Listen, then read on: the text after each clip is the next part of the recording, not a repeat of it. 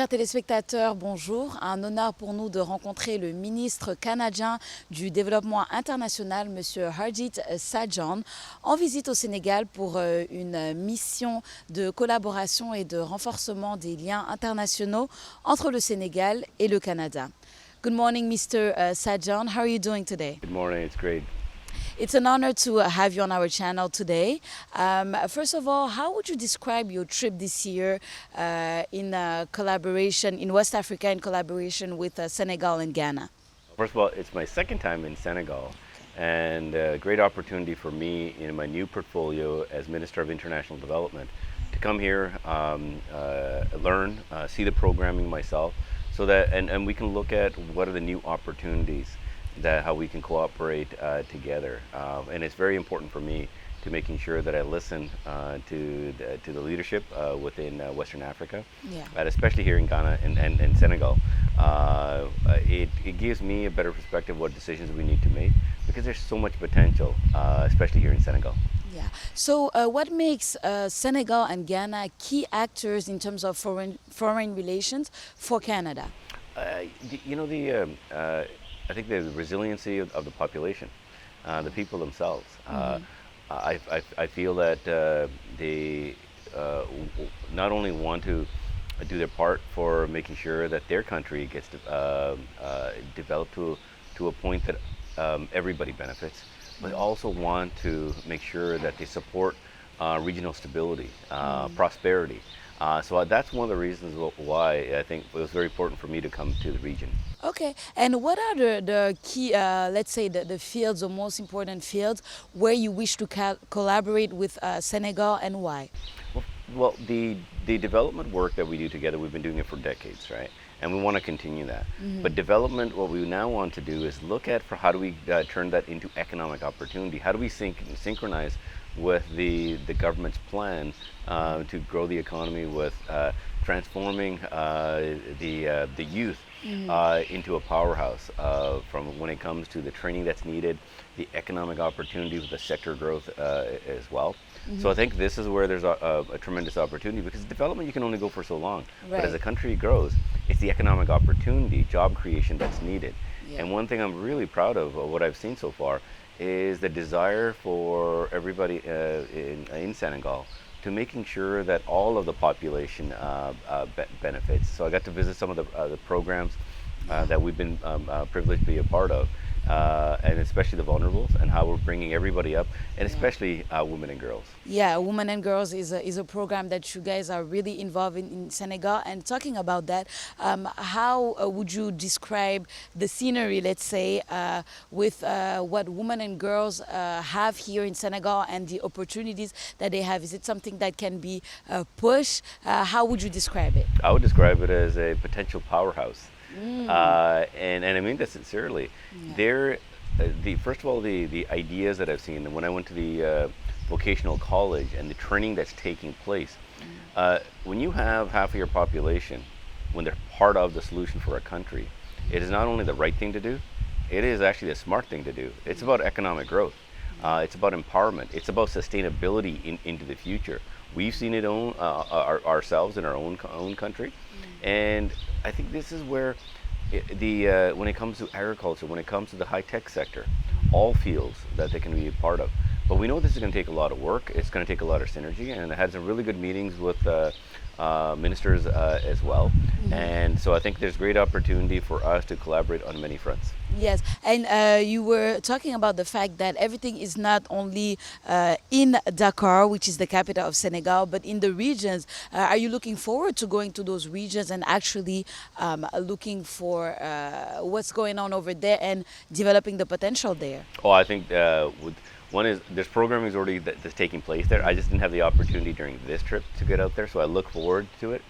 The way I look at it is this: all of us, every child has a potential, right?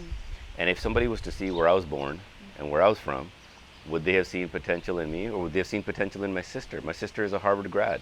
She's built 3 companies, and then given back. So when I look at the potential in the country, you never know. It could be a young girl in a small village right now that may seem like they don't have anything, but if they were given the opportunity Yeah. Imagine the potential that can come from that. And so this is why I'm very excited to work here, because in Western Africa, there is so much potential for the nations to support the world, and it's needed. If you look at the crises that are going on, food security is an issue. What we need to do, the agriculture sector, transform it where nations here start exporting Yeah. and supporting others. So I'm very excited to be able to come back and continue to work here. Perfect, perfect. And talking about where you were from, you're originally from India, and you then went to Canada and built up a life there, and ended up being the Minister of Development in Canada, International Development in Canada. So what would be your advice for young Senegalese people who actually want to migrate to Canada for more opportunities, for school? What would you tell them right now? Dream big. Yeah. Dream big. Don't let this. I use the saying that I've had this sign that I've purchased that it says, "If your dreams don't scare you, they're not big enough." But it takes effort. It takes effort. You need to get the appropriate education. There's going to be roadblocks in your way. And what I see here is a tremendous opportunity. In Canada, my parents were fortunate enough to immigrate there to give an opportunity for our kids. But my story is no different from any other kid story around the world, right? And so it is the desired one to succeed. But with that success also comes a responsibility to give back. And I've seen so many examples of this. I saw even like in the conflict in Ukraine when I was visiting the Moldovan-Ukrainian border, the person who was greeting and running the operation there was a Syrian refugee, right? And he was living in Paris.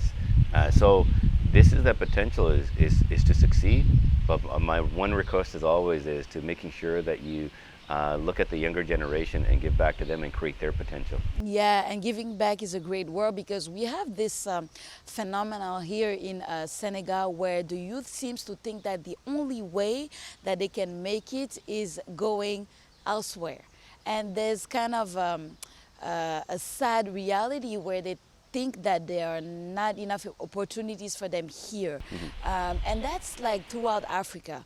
What would you say to those young African people who think that the only way for them to be able to do great things and dream big is to just leave their continent and not really giving back to their continent? Well, first of all, I think their times have changed also. There is so much potential here, and if you look at other nations, as well, who've taken this opportunity to grow the middle class. You can use this opportunity for yourself, and there's tremendous opportunity for your own personal financial success, but your family success as well. And there will be opportunities to go learn. And what I have seen, and actually, is people who have gone abroad to go to school have opportunities for jobs, but then come back and succeed.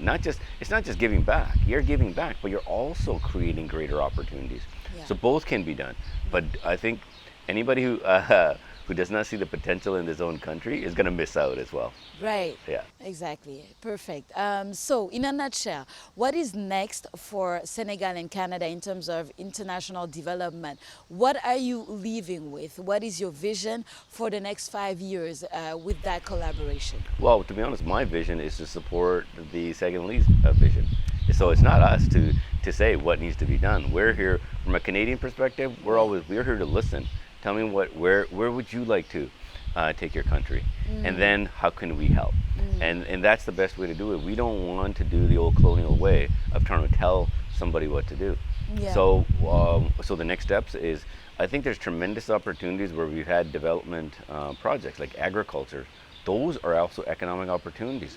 So those are things we need to take a look at. We need to continue very aggressively on supporting women and girls, because this is a significant economic opportunity. The more we support there from the health sector, education sector, it'll grow the opportunities.